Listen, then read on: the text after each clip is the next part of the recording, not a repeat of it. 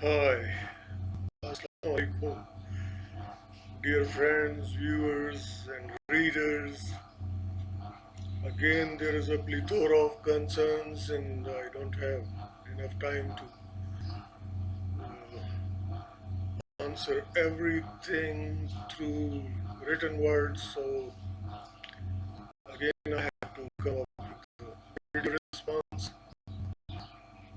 And I'll touch the subject of ongoing wave of terror here in Pakistan, and then response from Pakistan armed forces to control all this, and will also talk about some healthy developments in education sector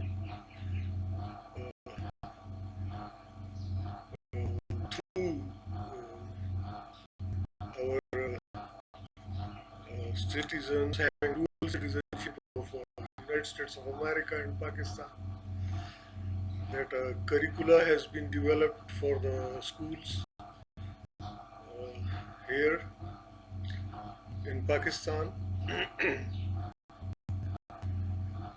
and if something else which came up in my mind, I'll answer that too. Firstly, we will handle that wave of terror. Well, every year in these months, uh, Pakistan faces this wave, and from the last many years, it is happening. Bomb explosions and suicide bomb explosions. And then the journalist community, we mostly rely upon the information which we receive through our armed forces.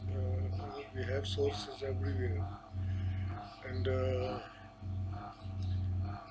then other agencies, then our media outlets, and sometimes when we come across some direct sources to those who inform us about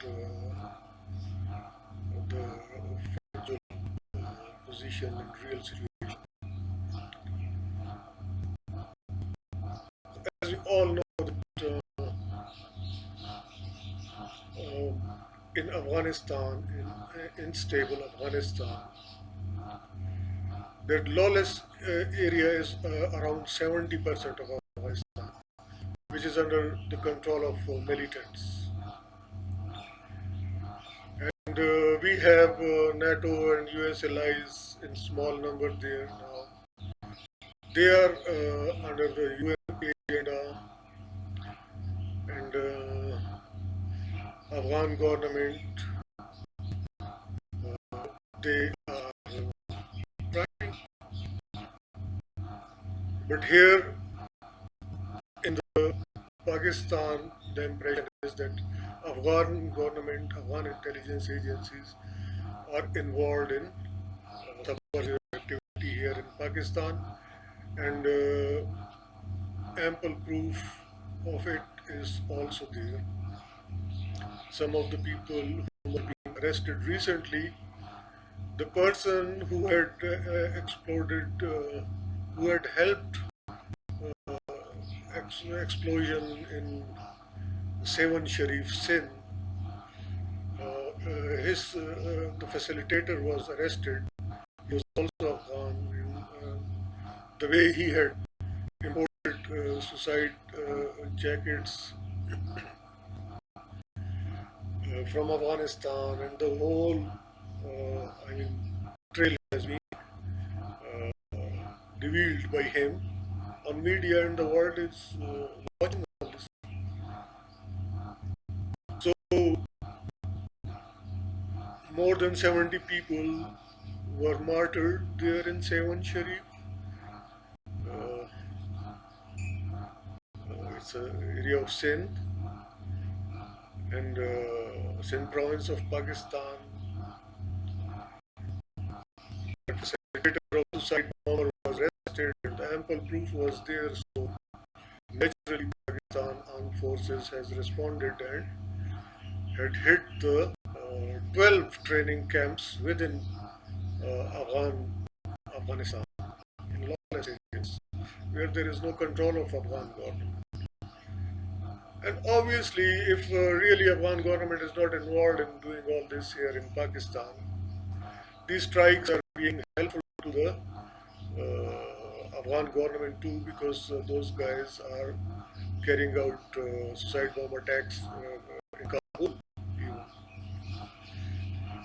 So, yeah, and obviously, it makes NATO and US forces, which are small in number now in Kabul, they also become its sector because if the militants are being handled skillfully, which Pakistan armed forces are having the expertise now, uh, that is good for the people of Pakistan too, because after that response from Pakistan armed forces, uh, that border has been sealed between Afghanistan and Pakistan, and that airstrikes and artillery attacks were carried out on training camps of militants within Afghanistan, and those camps were successfully destroyed. So now that wave is almost controlled, and there was a small happening day before yesterday in Lahore, in defense area. Now intelligence agencies and government sources are claiming that eight people who were martyred there in explosion. That explosion was caused by gas cylinders and there was no explosive device there. So almost the strategy which Pakistan Armed Forces has adopted to handle the situation, I think that is beneficial for all, and not only people of Pakistan are being saved. Government of Afghanistan, which is helpless in Kabul and facing two or three suicide bomb attacks every week. They are also now in better position. Small number of NATO and US forces, they are also secure because the military training camps are being destroyed. Uh, in Lahore explosion, those who were affected were mostly common people, civilians. Well, it is not easy to swallow that gas cylinders can cause such a huge explosion that can kill 8 people and can injure more than 30. But anyhow, in developing world, we have to compromise on the information which we receive. We don't have our own resources to go into all this. Most of the times, we have to rely on the information which government gives us. So, uh, there was a statement, a very unfortunate statement from a retired chief of the army staff of Indian Armed Forces. And being a journalist, I always believe in spreading words which can promote more peace. I always try to use vocabulary uh, which infuses, which inserts pleasant ideas and peaceful ideas in the brains of my viewers or and readers, which are too large in number. And for the sake of humanity, because we think that 7 billion of people are now the owners of this world, and they cannot be kept divided anymore because of the spread of internet facility. People are understanding each other more, and biases and those prejudices are now being undermined up to larger extent. And obviously, that sane argument for all the sane people of this earth is that we can only succeed if we can, 7 billion of people of the world can work as a team and can facilitate each other to move forward in achievement of our all legitimate objectives and goals.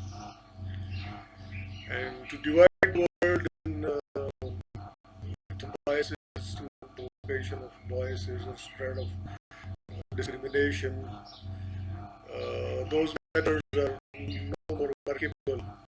And now all those who used to believe in such things, uh, obviously this thinking is not a good commodity for international market to divide people, because nobody wants to buy that. People are now in touch all around the world through internet, especially other means of communications are being improved. So the vested interest cannot be fooled the people around the world, specifically in subcontinent. The ex-Indian chief of the army staff, he has made an effort to divide people of India and Pakistan on the basis of some sort of hatred and some sort of strategy which he was giving, that let us make Pakistan bleed so they cannot help people in Kashmir.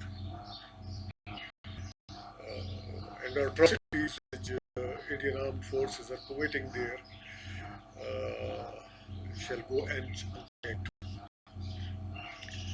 Well, this thinking is obsolete. Nobody in India or in Pakistan, nobody wants to. Even anyone, I mean, even me, if I try to divide people here in the continent, consciousness is there, I'll be out from it. Nobody can sell that hatred anymore here.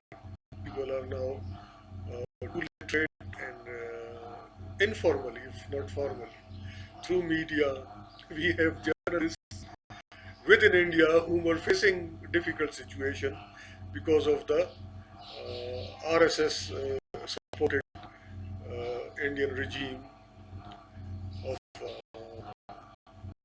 BJP, and if we talk against hatred and all that, they are being declared, Indian journalists are being declared traitors and agents of Pakistan and all that. Though in Pakistan situation is not like this, we are free to analyze and we express ourselves upon the basis of knowledge, and obviously we have noble objectives. We're working for the larger good of the whole humanity, and we are finding ways and means to help each other all around the world. So I think that Indian media outlets, as I had written on my status in response to that ex-Indian chief of the army staff, that that rhetoric regarding uh, adopting a strategy to explode more bombs in Pakistan to make Pakistan bleed, that is outcome of his background because uh, army people when they work, especially when they are deployed in war theaters, and here they become killing machines because they kill daily 20, 30 people, and then they are tuned in. So in United States, America, when war veterans they go back, they get a psychological treatment, and then they're allowed to meet their families, go and live in their communities. But in Pakistan and India, such no such arrangement is there. So that I had devised that advised rather to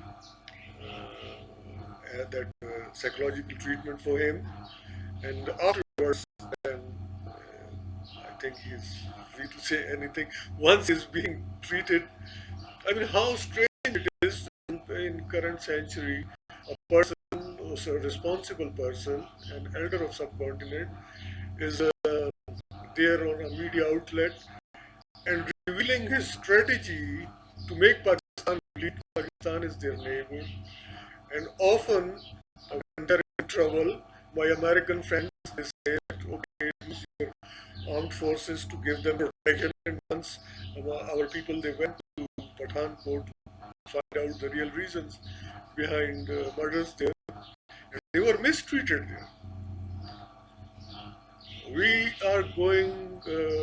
I mean, it is not us. Our elders, Field Marshal Ayub Khan had offered them once or twice that joint defense agreement offer, but India used to refuse. I don't know why some people there are so biased and cannot have any strategic thinking, long-term thinking. They just so tactical in their approach.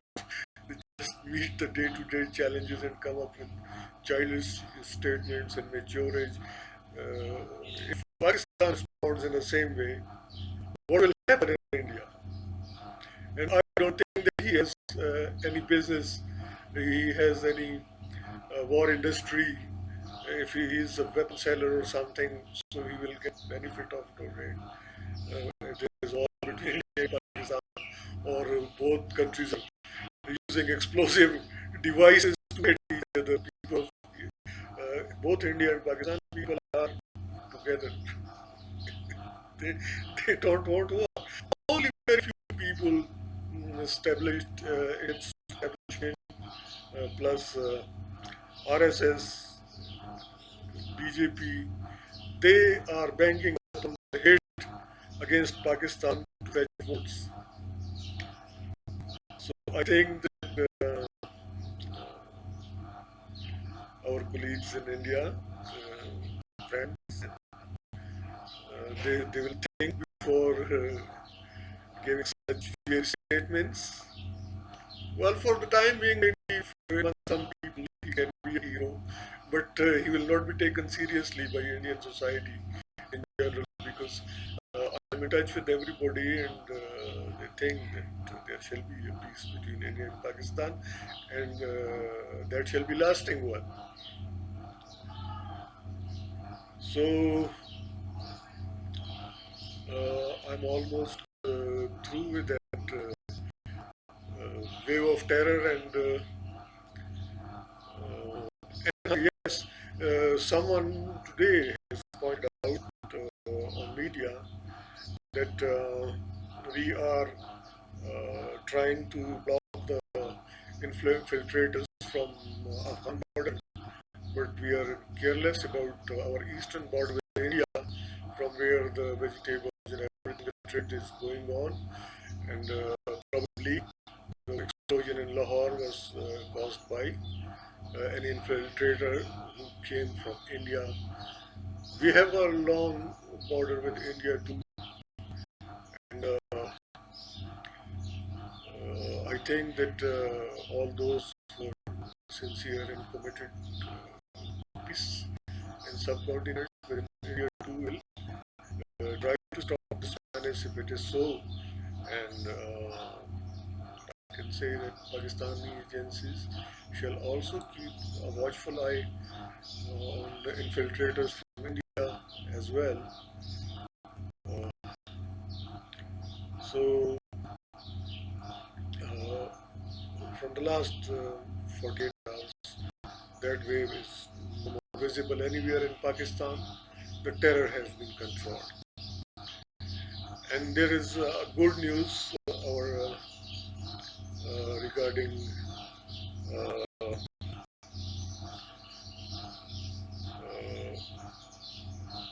development of curricula for Pakistani students. I haven't seen that yet, but I'm being informed by uh, the one who has created that curricula and running a school there in Peshawar. So I'm so happy and proud of that personality. I just don't want to name because of the cultural constraints here. Uh, that is a great idea, and obviously those Pakistanis, a member of Pakistani community, whom are living in United States of America, they are concerned about the security of their remaining families, which are family members, which are living in Pakistan, and they do have investments too here. So when wave of terror hits Pakistan, they also become so concerned because and they are literate people. They are mostly in United States of America. They are mostly they are doctors, engineers, and are big businessmen. So they are so concerned about the remaining members of their families here. They want good governance for them. They want their families secure here. They want their businesses, investments secure here in Pakistan. So they do interact with me, sometimes communicate with me, and I do take their concerns seriously. And whatsoever means I have available here, uh, I'm trying to help improve the standard of governance here. And by the grace of God, now we have a political party which is having a democracy within, and I think other political parties will also follow the suit. And without all those living in America, they know that without freedom, without political rights, economic and civil rights, uh, it is really difficult to achieve the American standards here because these freedoms are required for the real development of society in all respects. Political systems, when there is a healthy competition within the political parties, democracy is there, the green will come up. And interesting phenomena of democracy is that uh, everything moves towards transparency for finally, even if you start it in a corrupt environment,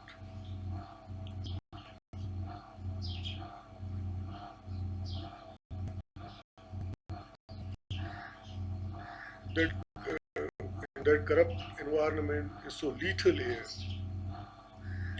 that now the system of accountability which we are having through that is just giving birth to more corrupts, because um, at the end, if you have to, each corrupt has to make that deal with the NAB on 50%, then nobody tolerates an honest officer in office, because NAB cannot reach any deal with him at the end on corruption money. So it has become a big business here that people they do corruption of billions of rupees, and then finally they reach a deal with NAB, and then they enjoy freedom, and that half amount of the money they had collected through corrupt practices. So,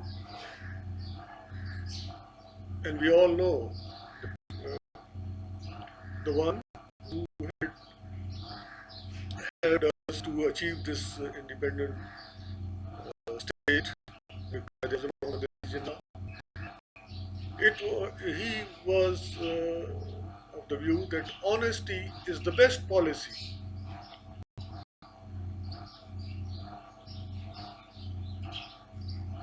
and his lessons that he had inducted Jogendranath Mandal and Sarzafullah Khan in his cabinet, his message was very clear that honesty is the best policy, and Pakistan is not a place which is going to be an orthodoxy or some theocracy or like that.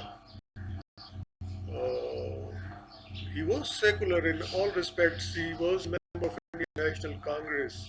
He had started his career as a member of Indian National Congress in politics. And he was a lawyer who was respected by everybody.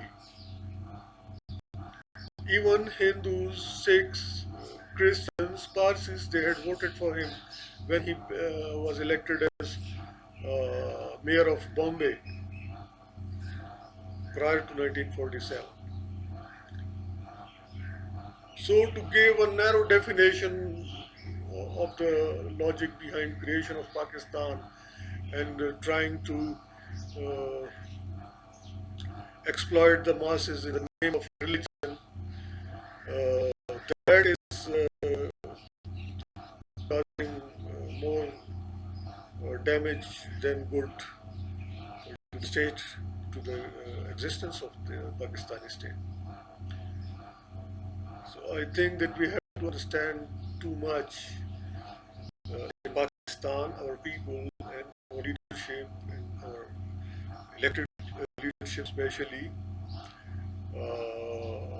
We have to understand too many difficult concepts which can remove that ill governance from Pakistan. It is really simple, as I said, Congress is the best policy. Now see its impact. If you have honest police officer, if you have honest policeman, you are secure. And if both are very efficient and intelligent and literate too, you are more secure.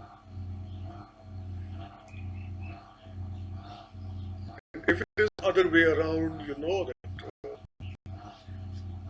there are hundreds of checkposts between Afghanistan and Pakistan, and we find someone there in Army Public School and College killing students for 20, 30 minutes, enjoying his life there. Nobody had checked him, or when the honesty is not there, then how can you claim any sort of security that can be guaranteed. So I think that our institutions, educational institutions, shall inculcate all the good qualities uh, which are highlighted by our founding father, Qaid-e-Azam Muhammad Ali Jinnah, and that thinking of Chanakya, which is prevailing here. It is really funny that we are Muslims of Pakistan. Our culture is almost Hindu culture. Even if see our marriage traditions, they're almost Hindu traditions,